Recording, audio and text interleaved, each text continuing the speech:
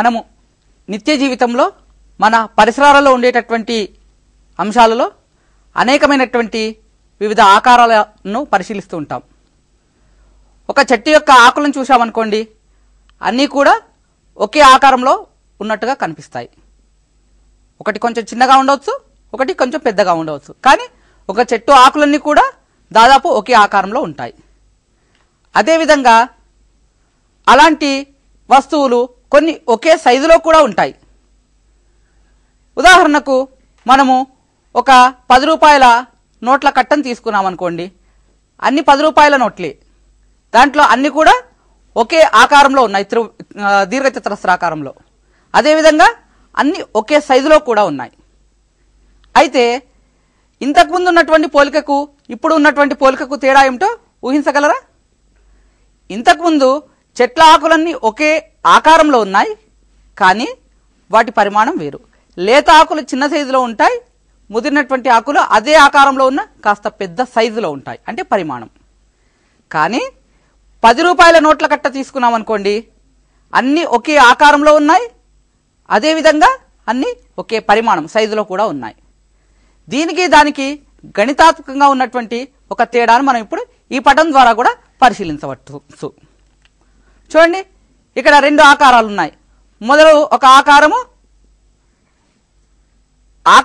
ఒకటిగా ఉన్నప్పటికీ సైజు వేరుగా ఉంది. క్రింద ఉన్నటువంటి పటాలలో మాత్రము ఆకారము పరిమాణము 2 ఒకే రకంగా ఉన్నాయి.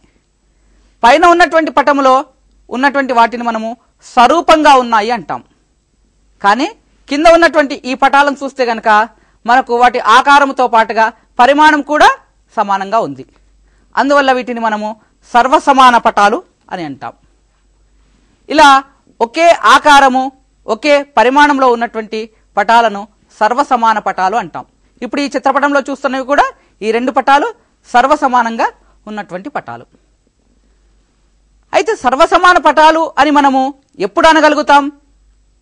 ఏ విధంగా చెప్తాం అంటే, ఒకదాని మీద ఒకటి ఈ విధంగా ఆచ్ఛాదన చేసినప్పుడు, ఒకదాని మీద ఒకటి ఉంచినప్పుడు ఆ 2 పటాలు అన్ని అంచుల వద్ద అన్ని భుజాల వద్ద ఒకే రకంగా ఏకీభవిస్తే, పరిశీలిస్తున్నారు కదా పటాన్ని, ఒకదానిపై మరొకటి ఉంచినప్పుడు 2 పటాలు ఖచ్చితంగా ఏకీభవిస్తే వాటిని మనము సర్వసమాన పటాలు అంటాం. మరి నిత్య జీవితంలో మనము అనేకమైన రకాలైనటువంటి పటాలను చూస్తూ ఉన్నాం. మన గణితంలో కూడా అనేకమైనటువంటి పటాలను చూస్తూ ఉన్నాం. మరి ఏ పటాలు ఎప్పుడు సర్వసమానాలు అవుతాయి? ఉదాహరణకు ఒక వృత్తాన్ని తీసుకుందాం. వృత్తం ఎప్పుడు సర్వసమానం అవుతుంది పరిశీలిద్దాము. ఇక్కడ చూడండి, ఇదొక వృత్తాకార వస్తువు, ఇది మరొక వృత్తాకార వస్తువు. ఈ 2 వృత్తాకార వస్తువులు కూడా సర్వసమానంగా ఉన్నాయి. ఒకదాని మీద ఒకటి మనం ఏర్పాటు చేస్తే పరిపూర్ణంగా ఏకీభవించి ఉన్నాయి కదా. మరి ఇలా ఏకీభవించినటువంటి వాటి యొక్క వ్యాసార్థాలను కనుక మనము లెక్కలోకి తీసుకుంటే,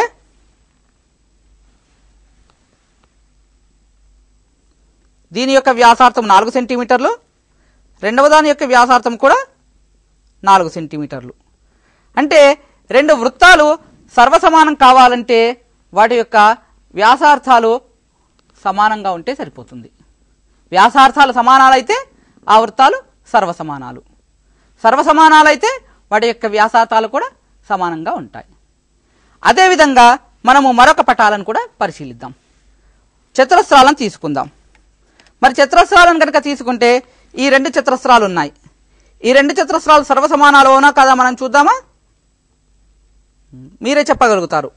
బహుశా ఈ 2 కూడా కలిపితే ఒకదానిగానే మనకు కనపడుతున్నాయి కదా. అంటే ఈ 2 చతురస్రాలు కూడా సర్వసమానంగా ఉన్నట్టుగా మనకు తెలుస్తూ ఉన్నది. మరి వీటిలో సమానంగా ఉన్నటువంటి వివిధ అంశాలను కనుక చూస్తే రెండింటిలో కూడా భుజాల కొలతను ఒక్కసారి మనం పరిశీలిద్దాం. 10.2 సెంటీమీటర్లు మొదటిది, రెండవది కూడా 10.2 సెంటీమీటర్లు. రెండింటి యొక్క భుజాల కొలతలు సమానంగా ఉన్నాయి. అంటే 2 చతురస్రాలు సర్వసమానం కావాలంటే భుజాల కొలతలు సమానంగా ఉంటే సరిపోతుంది. లేదా మరొక అంశాన్ని కూడా పరిశీలన చేయవచ్చు. పరిశీలించండి. ఈ చతురస్రం యొక్క కర్ణాన్ని కూడా మనం పోలుద్దాం. చూస్తున్నారు కదా, రెండు ఏకీభవించినటువంటి చతురస్రాలు, రెండు సర్వసమాన చతురస్రాలు, ఆ రెండు చతురస్రాల యొక్క కర్ణాలు ఎదురెదురు శీర్షాలను కలిపేటటువంటి రేఖలు, ఇవి కూడా సర్వసమానంగా ఉన్నాయి.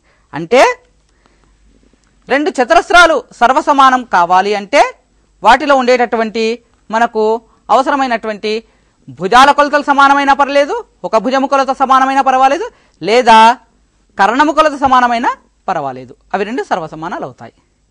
మరి మనం ఇప్పుడు త్రిభుజాల గురించి చెప్పుకుంటున్నాం కదా, ఇప్పటి వరకు వివిధ ఆకారాలు చెప్పుకున్నాం. మరి త్రిభుజాలలో ఈ సర్వసమానం ఎలా ఉంటుంది, దాని గురించి మనం తెలుసుకోవాల్సినటువంటి అవసరం ఎంతైనా ఉంది. మరి ఇప్పుడు మనం త్రిభుజాలలో సర్వసమానత్వాన్ని గురించి మనం ఇప్పుడు తెలుసుకుందాం. ముందుగా త్రిభుజంలో సర్వసమానత్వం తెలుసుకోవాలంటే త్రిభుజంలో ఉండే అంశాలను ఒక్కసారి మనం గుర్తుకు చేసుకుందాం. పరిశీలించండి. ఇక్కడ 3 రేఖాఖండాలచే ఏర్పడే సరళ సంవృత పటమే మనం త్రిభుజం అన్నాము. అది మనకు గతంలో తెలిసినటువంటి విషయమే. దీనిలో ఉండేటటువంటి భాగాలను మనం పరిశీలిస్తే కనుక శీర్షాలు అనేటటువంటి 3 ఉంటాయి. ఏబిసిలు అనేటటువంటివి ఇక్కడ శీర్షాలు. అదేవిధంగా మనకున్నటువంటివి 3 కోణాలు ఉన్నాయి. అదేవిధంగా మనకు 3 భుజాలు కూడా ఉన్నాయి. ఆ 3 భుజాలను కూడా మనము పరిశీలించవచ్చు. కోణాలు 3, భుజాలు 3, శీర్షాలు 3. అయితే ఈ 3 అంశాలను మనం కనుక తీసుకొని త్రిభుజాల యొక్క సర్వసమానత్వం ఎలా ఉంటుందో ఇప్పుడు పరిశీలిద్దాం. ముందుగా 2 త్రిభుజాలు సర్వసమానం కావాలంటే ఎలా ఉండాలి? ఇంతకుముందు మనం పటాలను చెప్పుకున్నాం. పటాలను చెప్పుకునేటప్పుడు ఏ ఆకారంలో ఉన్న ఒకదాని మీద ఒకటి ఆచ్ఛాదన చేసినప్పుడు 2 చేతులను మనం జోడిస్తే ఒకటే చేయి ఉన్నట్టుగా మనకు కనబడుతూ ఉంటుంది. అలాగే 2 పటాలను ఒకే దగ్గర కనుక జోడిస్తే మనకు ఒకే ఆకారం, ఒకటే పట్టము అక్కడ ఉన్నట్టుగా మనకు కనబడాలి. అప్పుడు వాటిని మనము సర్వసమాన పటాలు అంటాం. ఇక్కడ ఈ త్రిభుజాలను పరిశీలిద్దాం మనం ఇప్పుడు.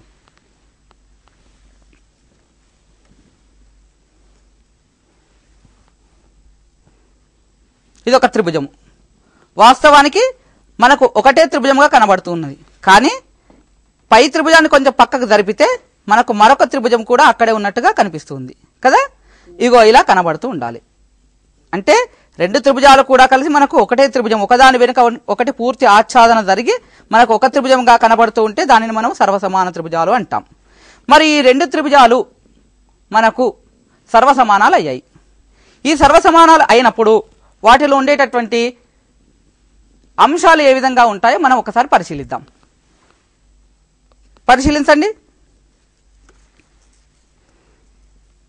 ఇది ఒక త్రిభుజం. ఒక త్రిభుజంలోని కోణాలను చూద్దాం.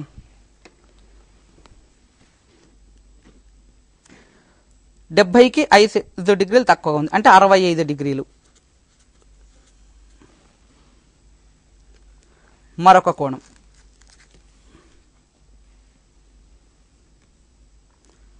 60కి 2 డిగ్రీలు, అంటే 58 డిగ్రీలు.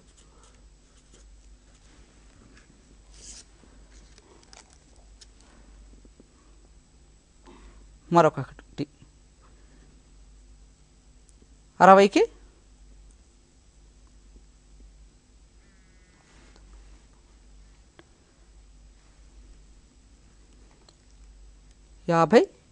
50, 65,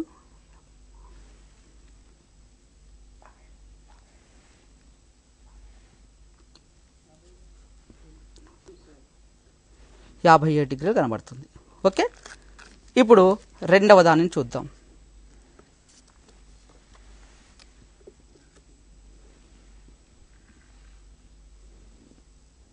ఒక కోణం 65 డిగ్రీలు,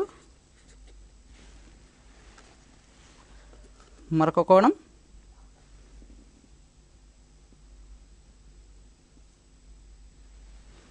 58 డిగ్రీలు, మరొకటి 57 డిగ్రీలు. ఈ 2 త్రిభుజాలు మనకు సర్వసమానంగా కనబడుతున్నాయి. వీటిలో కోణాలను పరిశీలిస్తే అవి రెండు కూడా సమానంగా మనకున్నాయి.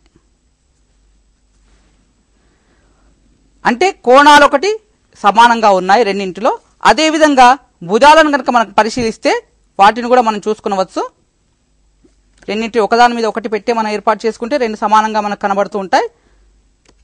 ఈ భుజం కొలత రెండింటిలో కూడా, ఈ భుజం కొలత రెండింటిలో కూడా, ఈ భుజం కొలత రెండింటిలో కూడా ఒకే రకంగా ఉంది. పరిశీలిస్తున్నారు కదా. అంటే భుజాల కొలత రెండింటిలో కూడా సమానంగా ఉంది, రెండింటిలో కూడా కోణాల కొలత సమానంగా ఉంది.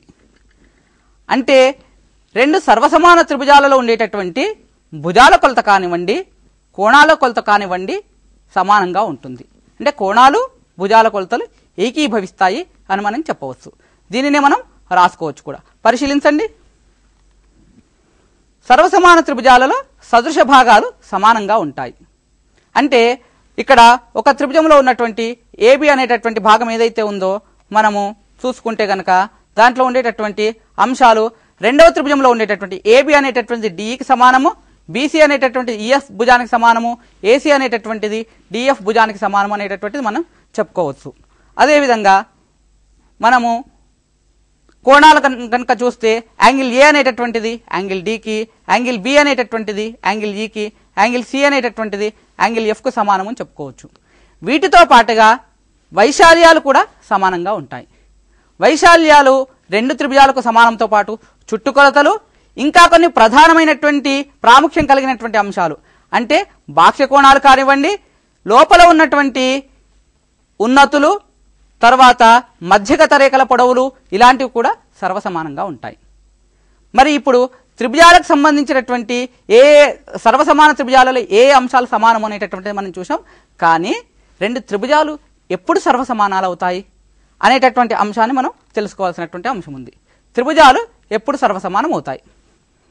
ఓకే, ఇప్పుడు మనము పరిశీలించాల్సినటువంటి అంశాన్ని చూద్దాం. రెండు త్రిభుజాలు సర్వసమానం కావాలంటే అన్ని భుజాలు అన్ని కోణాలు ఏకీభవించాలి అనుకున్నాం కదా మనము. అయితే మనకు త్రిభుజాలలో 6 ప్రధానమైన అంశాలు ఉన్నాయి. 3 భుజాలు 3 కోణాలు.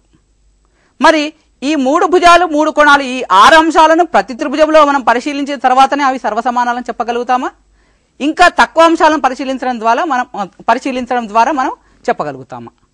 ఇప్పుడు మనం అది ప్రయత్నం చేయాలి. అంటే 6 అంశాలలో కొన్ని అంశాలను 1, 2 లేదా 3 అంశాలను తీసుకొని మనం ఆ త్రిభుజాన్ని సర్వసమానం అని చెప్పగలిగితే లెక్కలు చేయడంలో మనకు సులభమవుతుంది. మరి ఇంకా చాలా సందర్భాల్లో మనకు సులభమవుతుంది. మరి అలాంటి ప్రయత్నాన్ని ఇప్పుడు మనం పరిశీలిద్దాం. అయితే ముందుగా త్రిభుజాలలో మనకు భుజాల కొలత నుంచి ప్రారంభం చేద్దాం. 3 భుజాలలో ఒక్కొక్క భుజం సమానము అని అనుకుందాం. పరిశీలించండి. ఇక్కడ మనము కొన్ని నిర్మాణాలను కూడా చేపడదాం. ఒక భుజము సమానము అనుకుందాం. రెండు త్రిభుజాలలో ఏబి అనేటటువంటి తీసుకుందాం. మనము ఒక రఫ్ డయాగ్రామ్స్ వేద్దాం. రెండింటిలో కూడా ఏబి అనేటటువంటిది ఒకటి సమానము. మనం గనక నిర్మాణం చేస్తే బహుశా మీరు మీ మిత్రుడు ఇద్దరు కూడా రెండేసి త్రిభుజాలను గీస్తున్నారు అనుకోండి.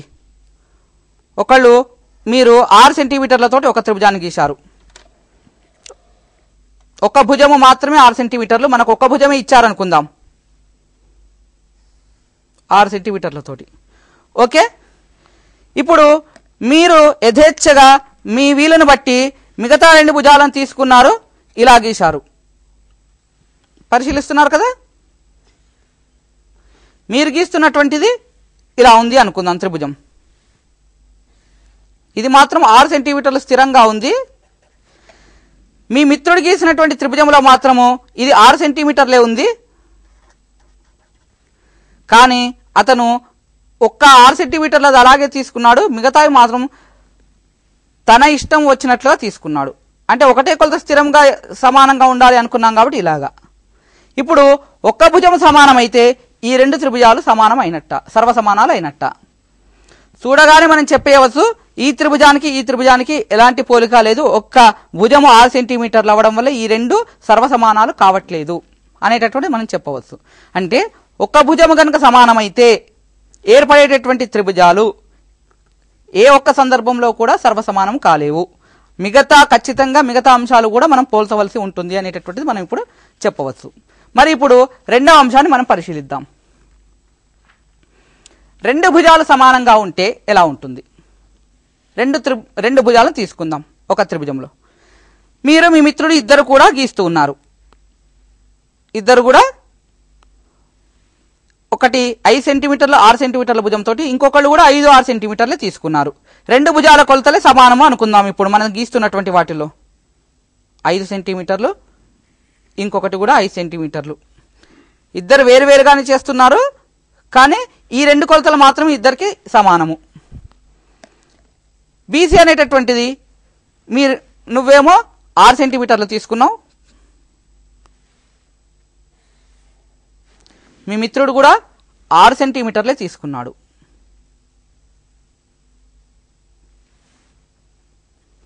కానీ మీ ఇద్దరి ఆలోచనలో కొంచెం తేడా ఉంది. ఏమిటి?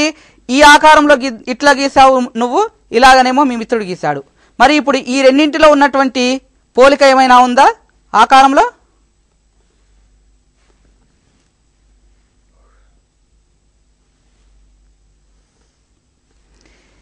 ఇది 5 సెంటీమీటర్లే, ఇది 5 సెంటీమీటర్లే, ఇది 6 సెంటీమీటర్లు, ఇద్దరు అలాగే తీసుకున్నారు. కానీ మూడవ భుజం ఏదైతే ఉందో అది లెక్కలో మనకి ఎక్కడ ఇవ్వలేదు. కాబట్టి రెండు భుజాల కొలతలు సమానంగా తీసుకోవడం వల్ల మాత్రము మనకు ఏర్పడే త్రిభుజాలు మళ్ళీ విభిన్నంగా ఉంటాయి. కాబట్టి రెండు త్రిభుజాలను మనం తీసుకోవడం వల్ల ఏర్పడేటటువంటి సమాన కొలతలుగా ఉండడం వల్ల ఏర్పడేటటువంటి త్రిభుజాలు సర్వసమానాలు అని మనం ఖచ్చితంగా చెప్పలేము. కాబట్టి ఇంకా కొన్ని అంశాలను మనం తీసుకోవాల్సి ఉంటుంది. మొదటగా తీసుకున్న ఒక భుజముతో, తర్వాత తీసుకున్నటువంటి రెండు భుజాల కొలతలతోటి సమానంగా తీసుకున్న ఏర్పడేటటువంటి త్రిభుజాలు సర్వసమానాలు అని మాత్రం మనం చెప్పలేము. ఎప్పుడో ఒకసారి సమానం కావచ్చేమో, కానీ అన్ని సందర్భాలలో సర్వసమానం అయితేనే మనం సర్వసమానాలు అని చెప్పగలం.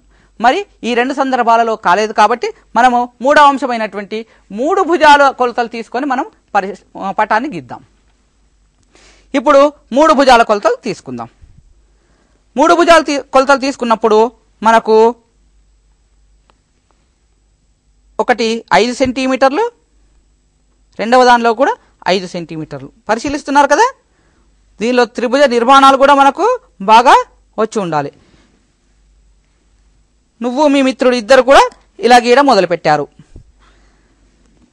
బీసీ 6 సెంటీమీటర్లు ఉంది కదా, 6 సెంటీమీటర్లను మనము వృత్తలేఖని మీద తీసుకొని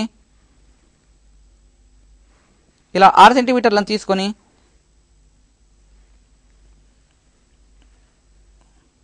ఇక్కడ 6 సెంటీమీటర్లతో ఒక చాపరేఖను, ఇక్కడ 6 సెంటీమీటర్లతో చాపరేఖ, రెండు ఒకే కొలతతో ఉన్నాయి కదా. ఇప్పుడు 7 సెంటీమీటర్లతోటి ఏసీ,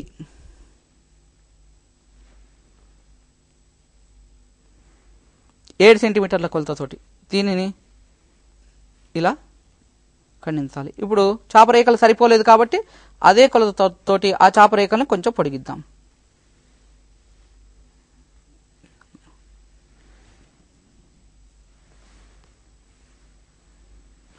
ఇప్పుడు ఆ ఖండన బిందువులను మనము కలుపుదాం.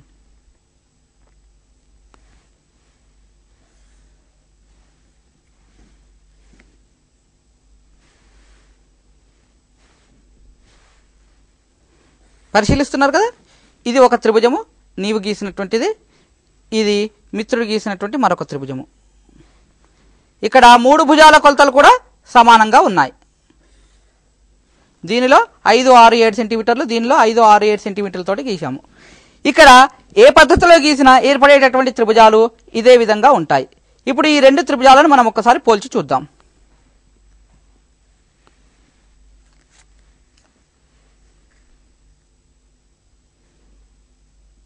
ఈ త్రిభుజం యొక్క పరిమాణం ఇది,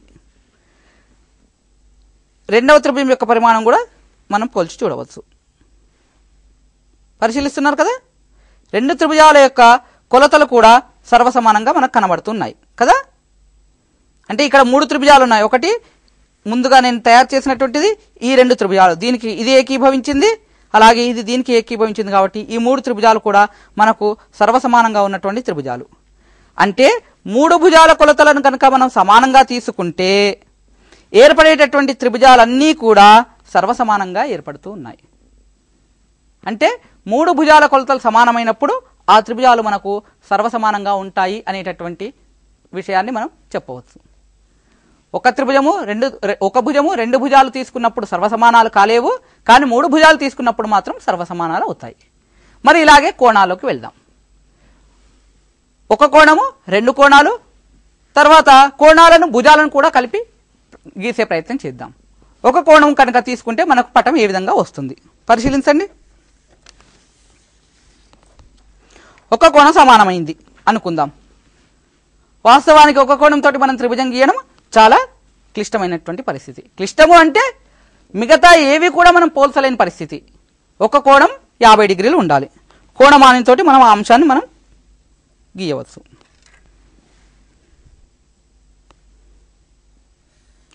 భుజాల కొలతలు ఏవి లేవు కాబట్టి 50 డిగ్రీలు, ఇక్కడికి 50 డిగ్రీలు వస్తుంది. సో ఈ విధంగా మనం ఒక త్రిభుజాన్ని గీస్తున్నాం. బహుశా ఇది మీరు గీసినటువంటి త్రిభుజం అనుకుందాం. ఇలా వచ్చింది. మీరు గీసినటువంటి త్రిభుజం ఇలా గీస్తున్నారు. ఒక దగ్గర 50 డిగ్రీలు ఉండాలి అనుకున్నారు. మీ మిత్రుడు గీశాడు సేమ్ ఇదే విధంగా. భుజం కొలత తెలియదు కాబట్టి ఎంతో కొంత కొలతతోటి తీసేసుకున్నాడు. అదే 50 డిగ్రీల కొలత. ఒక కోణము 50 డిగ్రీలు ఉండేట్టుగా తీసుకోవాలనుకున్నాం కదా.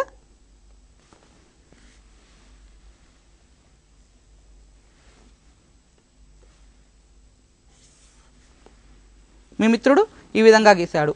మరి ఇప్పుడు ఇద్దరివి సమానంగా ఉన్నాయా పటాలు? ఇద్దరిది 50 డిగ్రీల కొలత ఉంది, కానీ ఏర్పడినటువంటి త్రిభుజాలు మాత్రము విభిన్న ఆకారాలతో ఉన్నాయి. విభిన్న పరిమాణాలు ఉన్నాయి, విభిన్న ఆకారాలు కూడా ఉండవచ్చు. పోలిక అనేటటువంటిది ఉండదు. ఎప్పుడో ఒక సందర్భంలో 2 సర్వసమానం కావచ్చేమో, కానీ గీసిన ప్రతి సందర్భంలో మాత్రము ఒక కోణం 50 డిగ్రీలు అయితే మాత్రము అవి సర్వసమానాలు అవుతాయా అంటే కావనే చెప్పాలి. ఒక కోణంతో మనం త్రిభుజాల సర్వసమానత్వాన్ని నిర్ధారించలేము అని చెప్పవచ్చు. మరి ఒక కోణం కాకపోతే 2 కోణాలు తీసుకుందామా? 2 కోణాలను తీసుకొని మనము ఆ త్రిభుజాలను సర్వసమానాలు అవుతాయా లేదా పరిశీలన చేద్దాం. 2 కోణాల సర్వసమానాలు అయితే మనకు ఎలా ఉంటాయి త్రిభుజాలు? ఇక్కడ కూడా భుజాల కొలతలు ఇవ్వలేదు కాబట్టి మీరు ఒక కొలతతో తీసుకున్నారు, మీ మిత్రుడు మరొక కొలతతో తీసుకున్నారు. మీరు 8 సెంటీమీటర్ల కొలతతో తీసుకున్నారు అనుకుందాం. మిత్రుడు 9 సెంటీమీటర్ల కొలతతో తీసుకున్నారు అనుకుందాం. 8 సెంటీమీటర్లు తీసుకున్నా వేరేవి వేరువేరు కావచ్చేమో. మిగతా అంశాలు 60 డిగ్రీలు, ఇంకొకటి 50 డిగ్రీలు.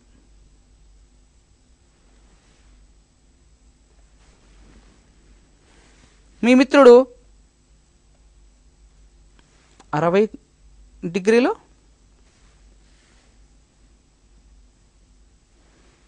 50 డిగ్రీలు. అంటే ఇక్కడ 2 కోణాలు మాత్రమే మనకు సమానము అనేటటువంటి అంశాన్ని మనం ప్రాతిపదికగా తీసుకుంటున్నాం కాబట్టి మిగతా అంశాలను మనము లెక్కలోకి తీసుకోవట్లేదు. మనము ఆ అంశాలు వచ్చినప్పుడు వాటిని కూడా మనం లెక్కలోకి తీసుకుంటే ఏర్పడేటటువంటి త్రిభుజాలు ఎలా ఉంటాయని మనం పరిశీలించవచ్చు.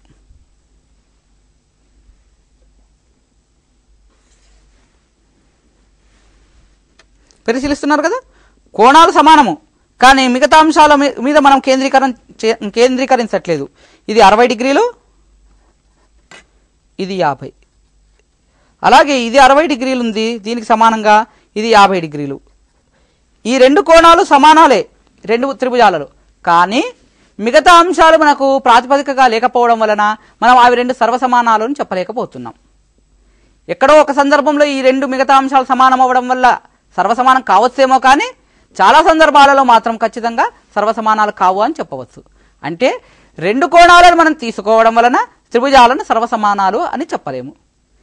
ఎప్పుడైతే 2 త్రిభుజాలను తీసుకోవడం 2 కోణాలను సర్వసమానాలు అని చెప్పలేమో అప్పుడు ఏమవుతుంది అంటే 3వ కోణం కూడా లెక్కలోకి తీసుకున్నా మనకు త్రిభుజంలోని కోణాల మొత్తం 180 డిగ్రీలు కాబట్టి 2 కోణాల మొత్తము 180 నుంచి తీసేయడం వల్ల ఏర్పడేటటువంటి కోణం కూడా మనకు ఆటోమేటిక్గా తెలుస్తుంది. కాబట్టి 3 కోణాలు తీసుకున్నట్టుగానే మనం భావించవచ్చు. కాబట్టి 2 కోణాలతో సర్వసమాన పటాలు ఏ విధంగా రావో 3 కోణాలు ఇవ్వడం వల్ల కూడా మనకు పెద్ద అవసరమైనటువంటి అంశం ఏమీ దొరకదు. కాబట్టి 3 కోణాలు తీసుకున్నా మనం ఆ త్రిభుజాలను సర్వసమానాలు అని చెప్పలేం. ఇక్కడ మనం ఒక ప్రధానమైనటువంటి అంశాన్ని పరిశీలించాల్సి ఉంటుంది. 3 కోణాలు లేదా 2 కోణాలు ఇచ్చినప్పుడు ఏర్పడేటటువంటి పటాల యొక్క ఆకారం రెండు కూడా ఇక్కడ పరిశీలిస్తున్నారు కదా, 2 త్రిభుజాలే, రెండింటిలో కూడా కోణాలు సమానంగా ఉన్నటువంటి అంశాలే. కానీ ఒకటి పరిమాణం పెద్దగా ఉంది, మరొక త్రిభుజ పరిమాణం చిన్నగా ఉంది. కోణాలు సమానంగా ఉంటే ఆకారం అనేటటువంటి స్థిరంగా ఉంటుంది. ఒకే ఆకారంలో ఉంటాయి త్రిభుజాలు, కానీ వాటి పరిమాణం మాత్రం వేరువేరుగా ఉండవచ్చు. అంటే ఈ సందర్భంలో మనం మరొక అంశం చెప్పుకోవాలి. ఏమిటంటే కోణాల సమానత్వం వలన ఆకారాలు సమానము, భుజాల యొక్క సమానం వలన వాటి యొక్క పరిమాణం అనేది నిర్ణయింపబడుతుంది. ఆకారాన్ని నిర్ణయించేవి త్రిభుజం యొక్క కోణాలు, పరిమాణాన్ని నిర్ణయించేది త్రిభుజం యొక్క భుజాలు అనేటటువంటి సందర్భంగా మనం గుర్తు చేసుకోవచ్చు. మరి ఇప్పుడు మనం 2 కోణాలు లేదా 3 కోణాలు అయిపోయింది. తర్వాత ఒక భుజము ఒక కోణంతో గీసి చూద్దాం. పరిశీలించండి. ఒక భుజాన్ని ఒక కోణాన్ని తీసుకుంటున్నాను. ఒక భుజం 5 సెంటీమీటర్లు, కోణము 40. 2 పటాలను గీద్దాం. ఈ 2 పటాలు కూడా మనకు ఒకే విధంగా ఉంటాయా, సర్వసమానంగా ఉంటాయా? పరిశీలించండి. 5 సెంటీమీటర్లతోటి ఇక్కడ కూడా 5 సెంటీమీటర్లతోటి తీసుకుంటున్నాను. ఎందుకంటే భుజాలు మనకు సమానంగా ఉండాలనుకున్నాం కదా, ఇక్కడి వరకే తీసుకుందాం. ఓకే, ఒక కోణము 40 డిగ్రీలు ఉండాలి.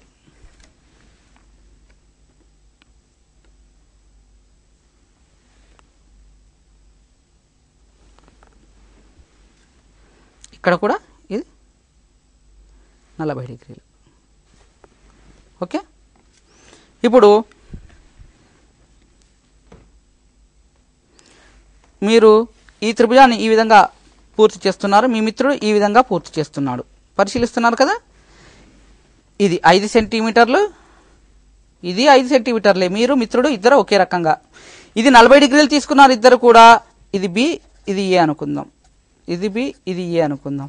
ఇద్దరు కూడా ఇక్కడ 50 డిగ్రీలే తీసుకున్నారు. కానీ మీరు ఈ త్రిభుజాన్ని ఈ భుజం కొలత ఎక్కడా కూడా నిర్ధారించలేదు కాబట్టి ఇలా నిర్మించారు.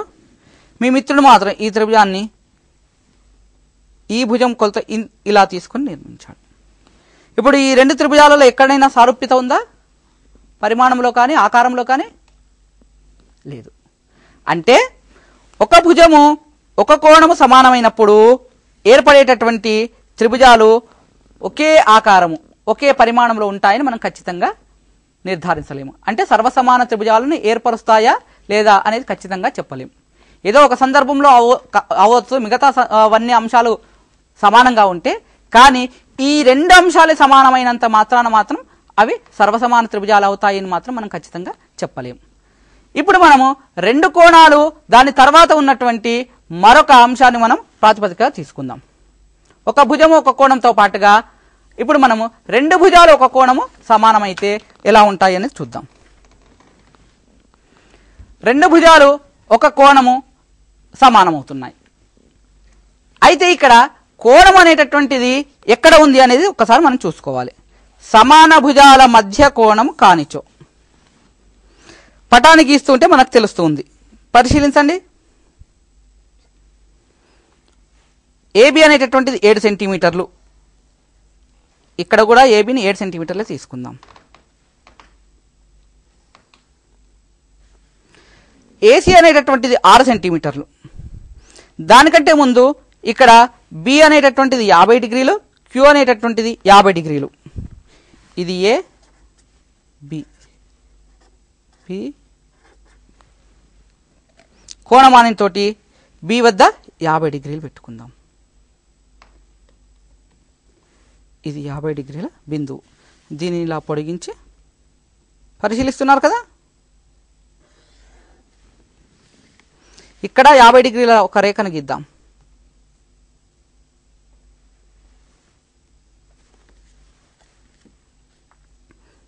రెండు కూడా 50 డిగ్రీల రేఖలే. ఓకే, ఇప్పుడు మీరు వృత్తలేఖిని తోటి ఏసీ కొలత ఏదైతే ఉందో 6 సెంటీమీటర్లను తీసుకున్నారు. 6 సెంటీమీటర్ల కొలతను తీసుకున్నారు.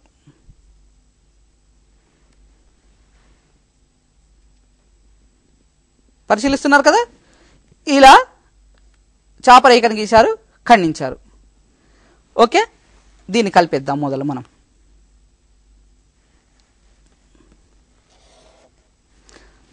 ఇదే 6 సెంటీమీటర్ల కొలతనే, ఎక్కడా మార్పు జరగలేదు. కానీ మీ మిత్రుడు ఏం చేశాడంటే చాపరేఖను అదే 6 సెంటీమీటర్ల కొలతనే, కానీ చాపరేఖను బహుశా అతనికి ఇక్కడ వచ్చినట్టుంది, ఇక్కడ ఖండించాడు. ఇప్పుడు దీనిని ఇలా గీశాడు. చెప్పిన టీచర్ ఒక్కరే ఒకే విధానంలో గీస్తున్నారు, కానీ ఇద్దరికి వచ్చినటువంటి ఆకారాలు మాత్రం వేరువేరు. ఎందువల్ల ఇలా జరిగి ఉంటుంది పరిశీలిస్తున్నారు కదా. ఇచ్చినటువంటి రెండు భుజాలు కోణము అనేటటువంటివి ప్రాంతాలు వేరువేరు. పరిశీలించండి మరొకసారి పటాన్ని. రెండు భుజాలు కోణము సమానమే, కానీ ఇక్కడ కోణము అనేటటువంటిది ఇక్కడ భుజము, ఈ భుజానికి ఈ భుజం సమానము, ఈ భుజానికి ఈ భుజం సమానము, కానీ కోణము మాత్రం 50 డిగ్రీలు. ఇక్కడి కోణము ఇక్కడ ఇగో ఈ కోణం సమానం. అంటే సమాన భుజాల మధ్యలో కాకుండా వేరెక్కడో ఉన్నటువంటి మూడవ అంటే తర్వాత ఉన్నటువంటి సమాన భుజాల మధ్యలోది ఈ కోణము.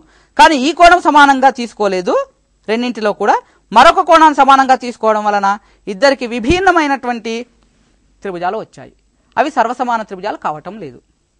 అంటే రెండు భుజాలు ఒక కోణము గనుక మనం సమానంగా తీసుకున్నా వాటిలో దాదాపుగా చాలా సందర్భాలలో సర్వసమానం కావచ్చేమో, కానీ చాపరేఖలు వేరు బిందువుల వద్ద ఖండించుకోవడం వలన అప్పుడు కూడా అన్ని సందర్భాలలో సర్వసమాన త్రిభుజాలు ఏర్పడతాయి అని ఖచ్చితంగా మనం చెప్పలేము. అవి వేరు ఆ రెండు సమాన భుజాల మధ్యలో కోణం ఉండకపోవడం వల్ల ఇలా జరుగుతుంది. ఒకవేళ గనక మనం తీసుకునేది గనక ఆ కోణం రెండు భుజాల మధ్య రెండు సమాన భుజాల మధ్య కోణం గనక తీసుకుంటే ఏం జరుగుతుంది పరిశీలించండి. దానిలో ఎక్కడైతే మనం వేరుగా తీసుకున్నామో దానిని ఇప్పుడు మార్చి గీయవచ్చు. బహుశా మీకు ఈ పాటికే తెలిసిపోయి ఉంటుంది 5 సెంటీమీటర్లు. ఇక్కడ కూడా మరొక త్రిభుజం కూడా 5 సెంటీమీటర్లు. సమాన కోణము అనేటటువంటిది రెండు సమాన భుజాల మధ్యలో తీసుకుందాం. PQ. ఈ యాంగిల్ B అనేటటువంటిది రెండు భుజాల మధ్యలో తీసుకుందాం. అంటే సమాన భుజం ఇక్కడ వస్తుంది అనుకుందాం మనము. ఇప్పుడు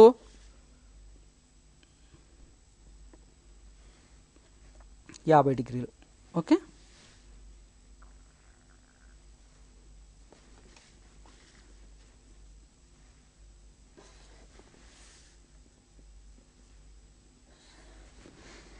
ఇప్పుడు కోణము 50 డిగ్రీలు ఇక్కడ ఉంది. ఇది 5 సెంటీమీటర్లు, ఇది 5 సెంటీమీటర్లు, ఇది కోణము 50 డిగ్రీలు. ఓకే, ఇప్పుడు మనకు BC QR ఇక్కడ వస్తాయి. కాబట్టి వాటి కొలతను మనం 6 సెంటీమీటర్లు కనుక తీసుకుంటే, పరిశీలిస్తున్నారు కదా నిర్మాణాన్ని. త్రిభుజ నిర్మాణాలు మనకు వేగంగా చేయడం వస్తే కనుక మనము వేగంగా వీటిని గీయగలుగుతాం. ఇప్పుడు 6 సెంటీమీటర్లు అన్నాడు కాబట్టి 6 సెంటీమీటర్లు, B కేంద్రంగా C ఇక్కడ ఉంటుంది కాబట్టి ఇలానే గీయాలి. ఇక్కడ వేరే ఒక అవకాశం అనేటటువంటిది మనకు ఎక్కడా ఉండదు. ఇది ఒక విధానం మాత్రమే ఉంటుంది. ఇంతకుముందు దానిలో మనకి ఏమైంది అంటే ఇలా ఖండించడంలో మనకు ఇటువైపు తోటి ఇలా ఖండించడంలో చాపరేఖలు రెండు ప్రాంతాల వద్ద ఖండించుకోవడం వల్ల రెండు వేరు త్రిభుజాలు ఏర్పడ్డాయి. కానీ ఈ సందర్భంలో మాత్రము మనకు ఒకటే ఒక ఏకైక త్రిభుజం ఏర్పడుతుంది. ఇంతకుముందు మనము 3 భుజాలను తీసుకోవడం వల్ల ఏ విధంగానైతే ఏకైక త్రిభుజం ఏర్పడిందో రెండు అంశాలలో కూడా ఇప్పుడు కూడా ఇక్కడ మనము మధ్యలో కోణం తీసుకోవడం వల్ల రెండు సర్వసమానమైనటువంటి త్రిభుజాలు ఏర్పడుతున్నాయి. చూడండి, నేను ఇంతకుముందే సిద్ధం చేసి పెట్టుకున్నటువంటి త్రిభుజాలు ఏకీభవించాయి కదా. అదేవిధంగా రెండవ దానిలో కూడా సర్వసమానంగా ఏకీభవించాయి. అంటే ఇక్కడ ఉన్నటువంటి ఈ రెండు త్రిభుజాలు కూడా సర్వసమానము అనేటటువంటి అంశాన్ని మనం చెప్పవచ్చు. ఎప్పుడు సర్వసమానమయ్యాయి అంటే రెండు భుజాలు ఒక కోణము సమానమవుతూ ఆ కోణం ఎక్కడ ఉండాలి? సమాన భుజాల మధ్యలో ఉండాలి. ఇది ఈ రెండు ఇచ్చినటువంటి భుజాలు, ఈ భుజము ఈ భుజము సమానాలు, ఈ రెండింటి మధ్యలో ఈ కోణం సమాన కోణం ఉంది. అప్పుడు మాత్రమే ఈ రెండు త్రిభుజాలు సర్వసమానాలు అవుతున్నాయి. కాబట్టి రెండు భుజాలు ఒక కోణము సమానమైతే ఏర్పడేటటువంటి ఆ రెండు త్రిభుజాలు కూడా ఎల్లప్పుడూ సర్వసమానంగానే ఉంటాయి. ఇంతకుముందు మనం మూడు భుజాల కొలత సమానంగా ఉన్నా అని ఒక సందర్భం చెప్పుకున్నాము. ఇప్పుడు రెండవ సందర్భము రెండు భుజాలు ఒక కోణం సమానమైతే ఆ రెండు త్రిభుజాలు సర్వసమానాలు, ఆ కోణం మాత్రము రెండు సమాన భుజాల మధ్యలో ఉండాలి అనే అంశాన్ని మనం చెప్పుకున్నాం. మరి ఇంకొంచెం ముందరికి వెళ్దాం. పరిశీలించండి. రెండు కోణాలు ఒక భుజము సమానమైనప్పుడు, రెండు భుజాలు ఒక కోణం సమానమైనప్పుడు సమాన భుజాల మధ్య భుజం కాంచో రెండు కోణాలు ఒక భుజం సమానమైతే ఎలా ఉండాలో చూద్దాం. పరిశీలించండి.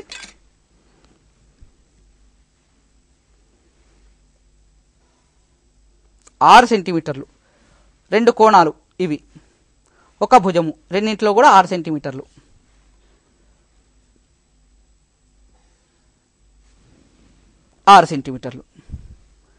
ఇప్పుడు మనము కోణాలు కొలతలు, ఇంతకుముందు కూడా మనం ఇలా ఒకటి ప్రయత్నం చేశాము, కానీ దాంట్లో భుజము కొలత సమానంగా తీసుకోలేదు. ఇది ఏ, ఇది బి తీసుకొని ఏ 60 డిగ్రీలు, ఇక్కడ కూడా పి 60 డిగ్రీలు. ఇంతకుముందు కూడా మనం ఇలా తీసుకున్నాము, కానీ ఆధారంగా తీసుకున్నటువంటి భూమిగా తీసుకున్నటువంటి ఈ భుజాల కొలతను మనము సమానంగా తీసుకోలేదు, కానీ ఇప్పుడు సమానంగా తీసుకుంటున్నాం వాటిని. ఓకే, ఇప్పుడు రెండవ కోణం, వీటిని గీద్దాం.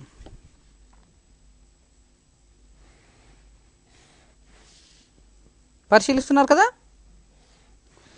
ఇప్పుడు మరొక కోణం ఇటువైపు ఉంది కదా, యాంగిల్ బి వద్ద 50 డిగ్రీలు.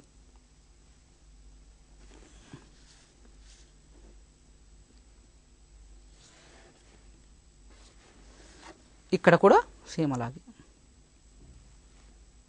50 డిగ్రీలు.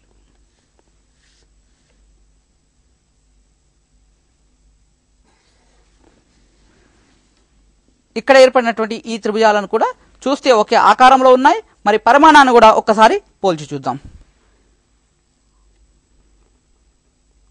రెండిటి యొక్క పరిమాణము ఈ త్రిభుజంది అలాగే ఈ త్రిభుజంది కూడా ఒకే పరిమాణంలో ఉన్నట్టుగా మనకు తెలుస్తుంది కదా. 50 డిగ్రీలు 60 డిగ్రీలతోటి కనుక మనం ఇచ్చేస్తే భూమి అనేటటువంటిది మనం 6 సెంటీమీటర్లు ఒకే కొలత, కోణాలు ఇది 60 డిగ్రీలు, ఇది 60 డిగ్రీలు, ఇది 50 డిగ్రీలు, ఇది 50 డిగ్రీలు, రెండింటిలో కూడా సమానం.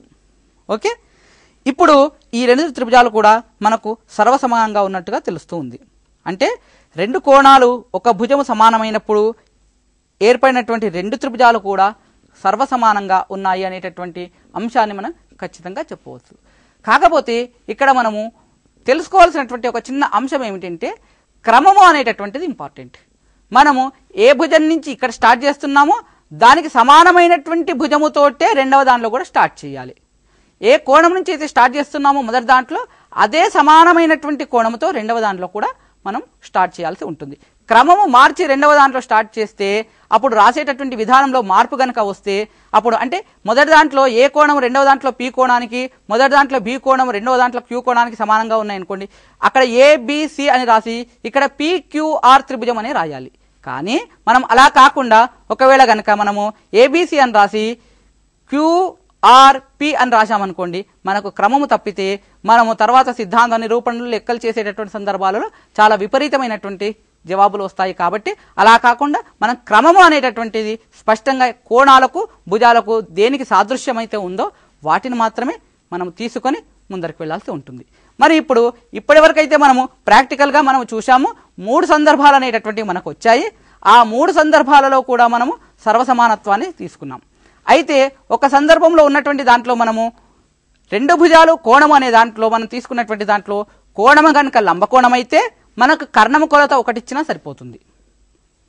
అక్కడ రెండు భుజాలు మధ్య కోణం అన్నాం కదా మనము, రెండు భుజాలు మధ్య కోణములో ఒకవేళ కోణము గనక లంబకోణ త్రిభుజము గనక అయితే మనకు కర్ణము వేరొక భుజము లంబకోణం అనే త్రిభుజం అన్నాం కాబట్టి అక్కడ ప్రత్యేకంగా చెప్పాల్సిన అవసరం లేదు. ఆ సందర్భంలో మనకు లంబకోణము కర్ణము ఇంకొక భుజం కొలత ఇస్తే సరిపోతుంది. అట్లా కూడా ఆ త్రిభుజాలు సర్వసమానాలు అవుతాయి. మరి ఆ అంశాలను ఇప్పుడు మనం ఒకసారి రాసుకుందాం. పరిశీలించండి. ఇప్పుడు మనము రెండు త్రిభుజాలు సర్వసమానాలు అయ్యేటటువంటి అంశాలు 3 స్థానాల్లో ఉంటాయి మనకు. ఒకటి ఏమిటంటే సర్వసమానాలు అయ్యేటటువంటి సందర్భాలు 3 భుజాలు సమానమైనా కావచ్చు, లేదా 2 భుజాలు తర్వాత ఒక కోణము, 2 భుజాలు వాటి మధ్య కోణం సమానమైన తర్వాత 2 కోణాలు ఒక భుజము సమానమైనా కానీ ఆ త్రిభుజాలు సర్వసమానం కావచ్చు. మధ్యలో ఉన్నటువంటి అంశాన్ని కనుక తీసుకుంటే 2 భుజాలు మధ్య కోణం అనే దాంట్లో మరొక దాన్ని మనం చేర్చి ఒకవేళ కనుక లంబకోణం కనుక ఇస్తే, లంబకోణ త్రిభుజం కనుక అయితే ఆ లంబకోణ త్రిభుజములో కర్ణము కొలత మరొక భుజం కొలత ఇస్తే మధ్య కోణమే ఇవ్వాల్సిన అవసరం లేదు అనేటటువంటి దాన్ని కూడా మనం చెప్పుకోవచ్చు.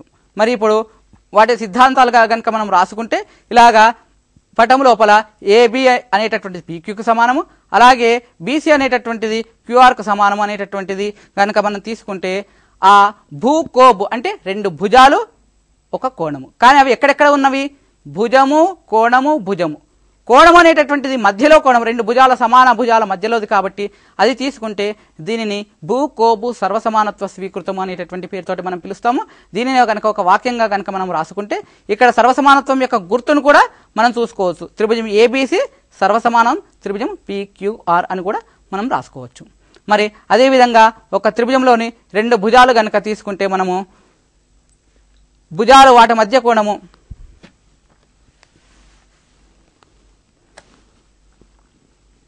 ఒక త్రిభుజంలోని 2 భుజాలు వాటి మధ్య కోణము వేరొక త్రిభుజంలోని 2 భుజాలు వాటి మధ్య కోణానికి సమానమైన ఆ 2 త్రిభుజాలు సర్వసమానాలు అనేటటువంటి దానిని మనం భూకోబు సర్వసమానత్వ స్వీకృతంగా తీసుకుంటాం. మొత్తం ఇప్పుడు మనం 4 అంశాలు అనుకున్నాం కదా. ఏది 3 ప్రధానమైన అంశాలు, ఒక దానిలో స్ప్లిట్ చేసి లంబకోణ త్రిభుజంది కూడా చెప్పుకున్నాం. కాబట్టి ఈ 4 అంశాలలో ఒక దానిని మనము ప్రాక్టికల్గా ప్రూఫ్ చేసి అది నిజము అని కనుక ఒప్పుకుంటే సర్వసమానత్వంగా తీసుకుంటే స్వీకృతంగా తీసుకుంటే మిగతా వాటిని దీనిని ఆధారంగా చేసుకొని నిరూపించవచ్చు. కాబట్టి వీటన్నిటిని మనం నియమాలుగా చేసుకోవచ్చు, లేదా ఏ ఒకదానైనా స్వీకృతంగా తీసుకుంటే మిగతా వాటిని సిద్ధాంతాలుగా చేసుకొని నిరూపించుకొని కూడా వచ్చు. మరి అదేవిధంగా మిగతావి మనకు 2 కోణాలు మధ్యలో ఉండేటటువంటి ఒక భుజం కావచ్చు, పక్కన ఉన్నటువంటి భుజమైనా కానీ తీసుకుంటే గనక మనకు కోణము భుజము కోణము సర్వసమానత్వ నియమాన్ని కూడా మనం తీసుకోవచ్చు. ఇక్కడ 2 కోణాలు ఒక భుజము, ఆ భుజం అనేటటువంటిది మధ్యలోనే ఉండాల్సిన అవసరం లేదు, కానీ ఒక క్రమాన్ని మాత్రము మనం తీసుకునేటప్పుడు పాటించాల్సినటువంటి అవసరం ఉంటుంది. అలాగే 3 భుజాలు కనుక సమానమైతే మొట్టమొదటి మనం చూసినటువంటి సర్వసమానత్వ నియమం ఏదైతే ఉందో అగో అది 3 భుజాలు కనుక మనం తీసుకుంటే ఆటోమేటిక్గా ఏర్పడేటటువంటిది ఏకైక త్రిభుజం ఏర్పడుతుంది. కాబట్టి భుజము భుజము భుజము అనేటటువంటివి 3 భుజాలు కనుక సర్వసమానాలైతే అది భూ భూ భూ సర్వసమానత్వ నియమము. అదేవిధంగా లంబకోణం కూడా మనకు ఇలాగే ఒక లంబకోణము తర్వాత ఒక భుజము తర్వాత కర్ణము. ఇక్కడ వాస్తవానికి ఇది మనకి ఇంతకుముందు తీసుకున్నటువంటి ఏది భుజము కోణము భుజము అంశానికి సంబంధించినటువంటిది. కానీ అక్కడ కోణం అనేటటువంటిది లంబకోణం కనుక అయితే మనకు ఆ 2 భుజాలు మధ్య కోణం కాకుండా భుజం ఒకటి కర్ణము ఇంకొకటి వేరే భుజం ఇచ్చి లంబకోణం ఇస్తే సరిపోతుంది అనేటటువంటిది లంబకోణము కర్ణము భుజము అనేటటువంటి సిద్ధాంతంగా లేదా నియమంగా మనం చెప్పుకోవచ్చు. ఒకదానిని స్వీకృతంగా తీసుకుంటే మిగతావన్నీ సిద్ధాంతాలు అవుతాయి, లేదా అన్ని కూడా మనం నియమాలుగా కూడా తీసుకునవచ్చు. మరి ఇంతవరకైతే మనము బాగా చెప్పుకున్నాము. కానీ మన ఈ అంశాలను మనం ఎక్కడ ఉపయోగిస్తాము? సర్వసమానత్వాన్ని సంబంధించినటువంటి ఈ అంశాలను మనం ఎక్కడ ఉపయోగిస్తాం? లెక్కలోనైతే మనం చాలా సందర్భాల్లో ఉపయోగిస్తాం, జ్యామితి సిద్ధాంతాల నిరూపణలో, అదేవిధంగా సమస్యల సాధనలో కూడా మనం ఎక్కువగా ఉపయోగిస్తాం. ఇంకా ఎక్కడగా ఉపయోగిస్తున్నాం పరిశీలిస్తే కనుక మనము క్షేత్రగణితములో శంఖువు స్తూపము గోళము మొదలైనటువంటి ఉన్నాయి.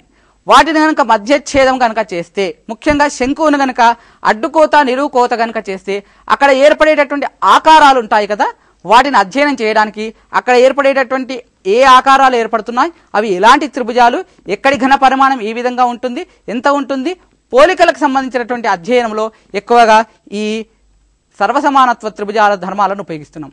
అదేవిధంగా ఇంజనీర్స్ భవన నిర్మాణాలు వేసేటప్పుడు ఈ సర్వసమానత్వం అనేటటువంటి అంశాన్ని చాలా సందర్భాలు అపార్ట్మెంట్ ఫ్లాట్స్ సంబంధించినటువంటి ఒక ప్లాన్ గీయాలనుకోండి, అన్ని అంతస్తులో ఉండేటటువంటి ఒకే రకమైనటువంటి ఆకారం ఒకే పరిమాణం కూడా ఉంటాయి. మరి అక్కడ గీయాలి అంటే ప్లానింగ్ అనేటటువంటిది సర్వసమాన త్రిభుజాల ద్వారానే ఇది సాధ్యమవుతుంది. మరి పేపర్ మీద సర్వసమాన త్రిభుజాలు ఏర్పడతానే మనకు ఫీల్డ్ మీద ఒక ప్రత్యేకమైనటువంటి స్థిరమైనటువంటి నిర్మాణంలో నమూనాలు ఏర్పడతాయి. కాబట్టి పేపర్ మీద సర్వసమాన త్రిభుజాలు యొక్క ప్రాధాన్యం అనేటటువంటిది చాలా ఇంపార్టెంట్. దీనిలో ఆ పిరమిడ్ ఆకారంలో ఉండేటటువంటి శీర్షము, త్రిభుజం యొక్క శీర్షం అనేటటువంటి చాలా ఇంపార్టెంట్. అదొక స్థిరమైనటువంటి నమూనాగా ఉంటుంది. సో భవన నిర్మాణ నమూనాలో ఈ సర్వసమానత్వానికి సంబంధించిన త్రిభుజాల సర్వసమానత్వానికి సంబంధించినటువంటి అంశము చాలా ప్రధానమైనటువంటిది. వీటన్నిటికంటే ప్రధానంగా చెప్పాలంటే గ్రహగతుల యొక్క సిద్ధాంతాలను ప్రతిపాదించడంలో, వాటిని నిరూపించడంలో, వీటన్నిటి ఇంకా ముఖ్యంగా చెప్పాలంటే కాంతికి సంబంధించినటువంటి అనేక సందర్భాలలో పరావర్తనము, వక్రీభవనము, వాటి యొక్క ప్రతిబింబాలను, వాటి యొక్క ధర్మాలను అధ్యయనం చేయడంలో, దర్పణాల యొక్క కటకాల యొక్క ప్రతిబింబాలను అధ్యయనం చేయడంలో కూడా ఈ త్రిభుజాల యొక్క సర్వసమానత్వ ధర్మాలను ఎక్కువగా ఉపయోగిస్తున్నారు. మరి మీ యొక్క తరగతి ఉపాధ్యాయుడిని అడిగి వీటికి సంబంధించినటువంటి మరిన్ని అంశాలను కూడా తెలుసుకోండి, సమస్యలను సాధించండి, సిద్ధాంతాలను నిరూపించడానికి కూడా ప్రయత్నం చేయండి.